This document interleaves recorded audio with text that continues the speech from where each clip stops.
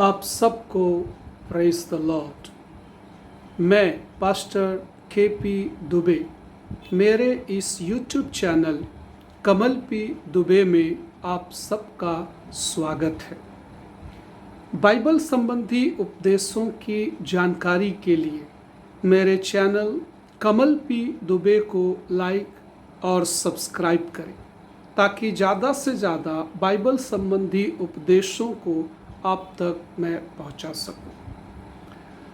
अभी तक हम लगातार प्रार्थना में रुकावटी के बारे में हम देख रहे थे, हिंड्रेंसेस टू प्रेयर, जिसमें हमने भजन संहिता 66 अध्याय के 18 वचन, यदि मैं मन में अनर्थ बात सोचता तो प्रभु मेरी नहीं सुनता, इसे आधार रखकर हम प्रार्थना की रुकावटी के बारे में देख रहे थे।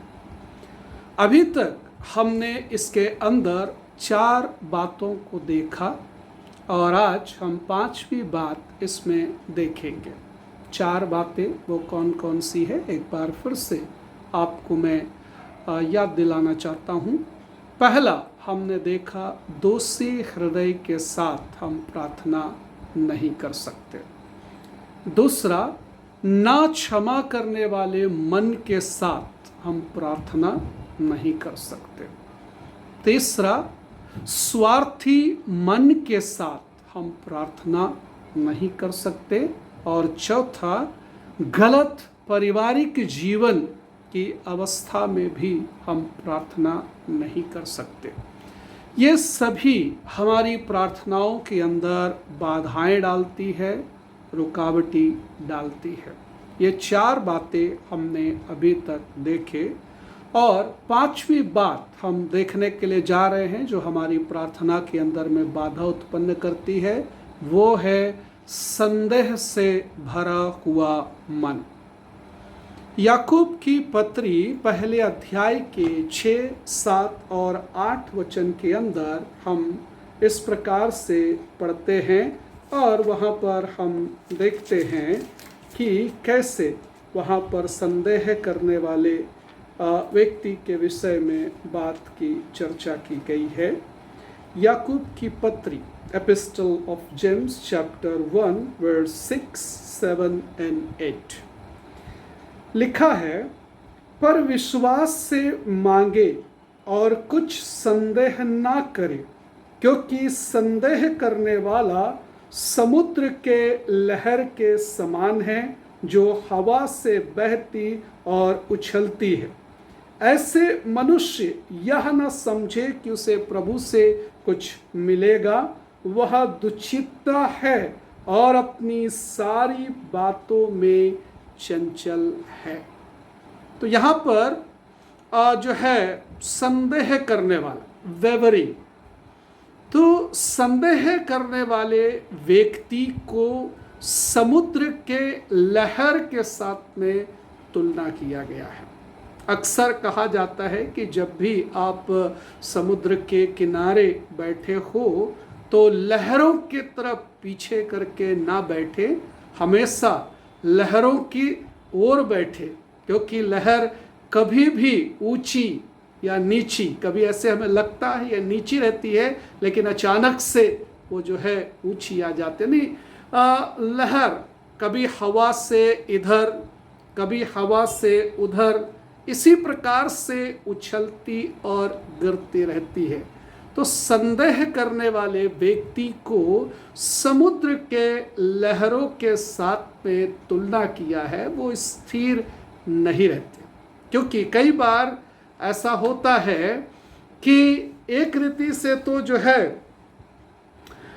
उनका जो अनुभव ऐसा है कि विश्वास कहता है हाँ, परंतु अविश्वास कहता है नहीं और संदेह चला आता है। हम देखते हैं मत्ती रचित सुसमाचार, gospel of Matthew chapter 14 verse 22 से लेकर 33 तक, जब पतरस पानी पर चला, प्रभु यीशु मसीह चेलों को नाव पर बिठाए और चेले जो है चले गए।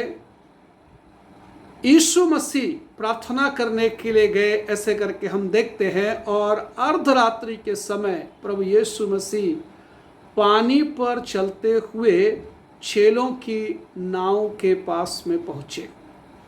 तो प्रभु यीशु मसीह को देखकर चेले जो है वो घबरा गए और कहने लगे भूत है। तब यीशु मसीह ने आवाज दी और कहा मैं हूं। जब यीशु की बात को सुनने के बाद में पतरस ने कहा यदि आप हैं तो क्या मैं भी पानी पर चलकर आपके पास में आ सकता हूं।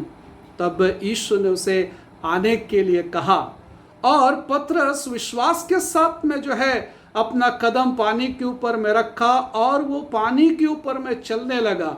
लेकिन हम वचन के अंदर में पढ़ते हैं जैसे ही वो थोड़ी दूर चला था और लहर को देखकर वो डर गया और उसी समय उसके मन के अंदर में संदेह हो गया और वो पानी पर डूबने लगा। और झट प्रभु ने आकर उसके हाथ को पकड़ा और उसको कहा हे अल्प विश्वासी, तूने मन के अंदर में संदेह क्यों किया। ये बात हमें बताकर आती है कि संदेह करने वाले व्यक्ति की अवस्था समय के अनुसार जो है बदल जाती, मतलब उसको कोई वक्त नहीं लगता उसकी स्थिति बदलने में।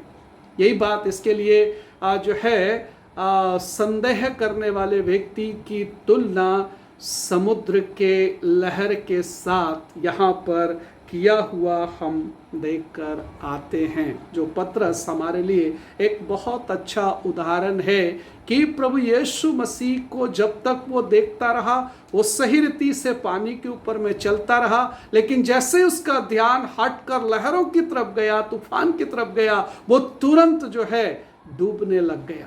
यह हमारे जीवन के लिए भी एक सीख है कि हम कभी भी अपने नज़र प्रभु से ना हटाएं और न अपना विश्वास प्रभु से हटाएं।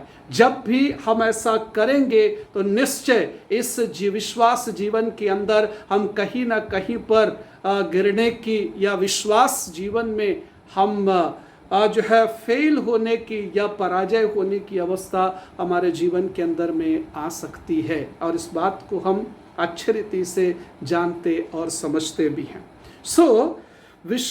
जो है संदेह करने वाला व्यक्ति समुद्र के लहर के समान है। बहुत सारे मसीही लोगों के जीवन के अंदर में यह बात को हम देख सकते हैं कि संदेह से भरे हैं। परमेश्वर के कार्यों के ऊपर में वो भरोसा नहीं करते, परमेश्वर के वचन के ऊपर में भरोसा नहीं करते। कई बार उनके जीवन के अंदर में उन चीज़ों को वो होते हुए देखते हैं, प्रभु के कार्यों को देखते हैं, लेकिन उसके बावजूद भी उनके जीवन के अंदर में संदेह रहता है कि मेरे जीवन में ऐसा होगा या नहीं होगा। हम देख कर आते हैं ये वास्तव में हमारे जीवन के अंदर में विश्वास जीवन में अपरिपक्वता का एक प्रमाण भी है।